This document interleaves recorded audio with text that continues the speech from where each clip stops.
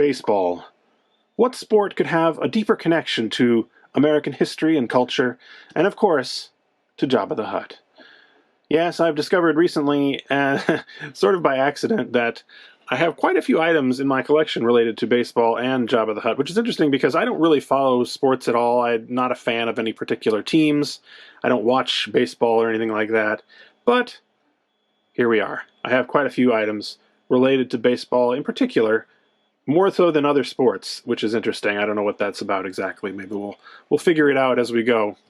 Now, I thought I'd start with some baseball caps. I actually have more than this, but these are sort of the better ones.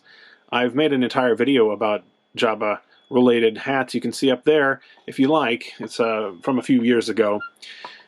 But, you know, I thought I should at least include these ones here.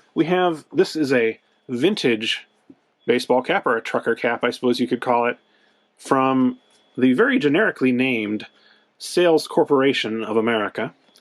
This is using the standard kind of line art that we see on a lot of vintage products, you know, from around 1983 or so. But it's nicely colored in, more so than we tend to get on these products. And it also shows Jabba actually smoking his hookah pipe with smoke coming out, which I think is interesting. Although they don't have the hookah on a railing as you usually see with Jabba's throne there. It's just sort of sitting there on the throne. Also, we've got his meat rotisserie there actually cooking something in the background, which is an unusual detail. So I really like the artwork on here, and I just like the idea that they had a hat that just says Jabba the Hutt on it. Pretty awesome. Speaking of awesome, this one is definitely my most valuable cap. This is the New Era fitted cap from Japan. This one is part of a line of caps that they released in Japan about 10 or 11 years ago, I guess. And I just happened to be there at the time on business, luckily.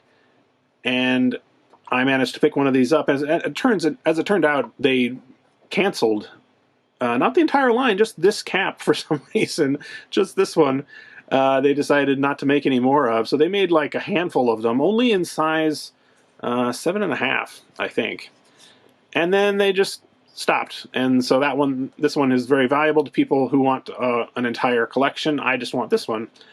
But, you know, it is quite well done, though. I love this embroidery here. I think that's pretty cool. It's got a kind of a snakeskin covering there. And then on the inside, we have Jabba and Leia nicely pictured on the bill. I also have his clan tattoo there. So this is my favorite cap for sure.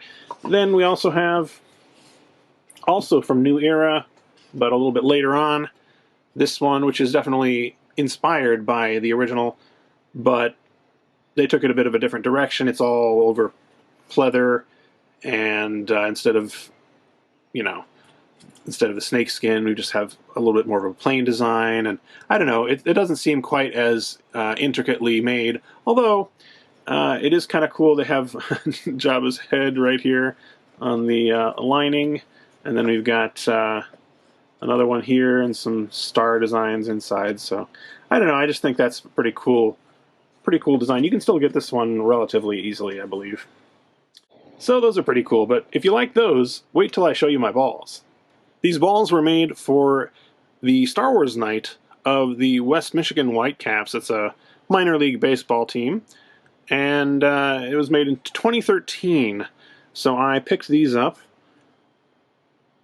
These are the only two baseballs I actually own, as a matter of fact. It's kind of funny.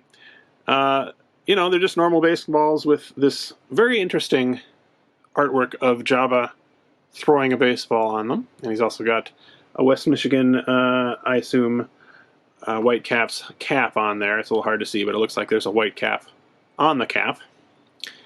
So, yeah, this is definitely a unique collectible. As a matter of fact, they not only sold baseballs, but t-shirts as well. So they've got the same design. You can see a little more clearly. There's a cap up there. An angry wave, it looks like. This also comes with an official Major League Baseball tag on it. It came in two colors. This one, the tan, and also this kind of neon green. There we are. So that's pretty cool. Next up, we have this pin that was given away by the New York Yankees at Yankee Stadium, apparently, in July of 2019. Apparently, this was the pin of the month. And they had other characters as well, from what I understand, other Star Wars characters. It's got the Yankees logo there with Jabba right next to it, which I find that quite interesting. You know, the New York Yankees logo looks a little bit like Jabba's clan symbol now that I look at it. It's also got a little serial number and holographic seal of authenticity for all of those, you know, Jabba pin counterfeiters out there. You don't have to worry about that. I also have, speaking of pins, some pins from the Little League World Series. These are made, I guess, by, well, teams or fans to sort of trade to other teams and fans at the Little League World Series. I don't know the details of this very well, but I did get this on eBay, and it's a gigantic pin. Here it says from 2017. I also have a kind of a prototype, I guess, or a test version that's just in, you know, pink or whatever. Kind of interesting. I actually got this one first. This is the first thing I had ever seen of it, and then I got the real version. But very interesting. This is marked as a sample. Before I show you the next item, I want to tell you about something that I don't actually own, but is kind of similar. It's a jersey that the Altoona Curve wore in 2015 on their own Star Wars night. And the interesting thing about it is, first of all, they, instead of making some kind of original artwork or maybe taking a picture from the movie, they literally took a picture of the Ultra Jabba action figure from Hasbro and photoshopped it very badly to get rid of the tongue and sort of extend the body a little bit. And that's the extent of their of their design here. Not super impressive, especially when you consider that they were apparently auctioning off these jerseys later on to benefit charity, which is kind of disappointing, really, that they couldn't have put a little more effort into it. Still, I would be interested in getting one of these if it wasn't too expensive. The reason I bring that up, though, is that I have another jersey, and this is one that I've actually been on the lookout for a number of years and since it first came out. So this is a little difficult to get into frame, but it is a jersey from the Buffalo Bisons. Great. This is a little bit difficult to get into frame. It's quite large, but this is a jersey from the Buffalo Bisons baseball team that has Jabba, a great picture of Jabba from the movie right on the front here. Nicely sort of composited into this gradient here, like a sunset or a sunrise. And on the sleeves we have some Star Wars imagery, like TIE Fighter and an X-Wing over here. And beyond that, if we turn it around, we can see, in addition to the Major League Baseball symbol there, we have Jabba's Palace all on the back here, which I think is really well done, especially when you compare it to the Altoona Curve's entry.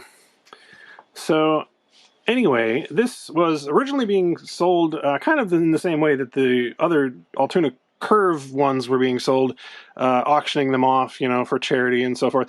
And I heard about them at the time in 2017, but they were going for hundreds of dollars at that point. And, you know, even I have limits, so I decided not to try and get one and bide my time. And I'm glad I did, because I got this for way less than that on eBay finally. So I was really happy to finally pick this up. And as a strange coincidence, very shortly after I got this, I found on eBay another jersey, another baseball jersey that I'd like to show you now. I don't know a lot about it. maybe you can tell me what it is. So as you may be able to tell, this is a Pittsburgh Pirates jersey. But the interesting thing about it is on the back,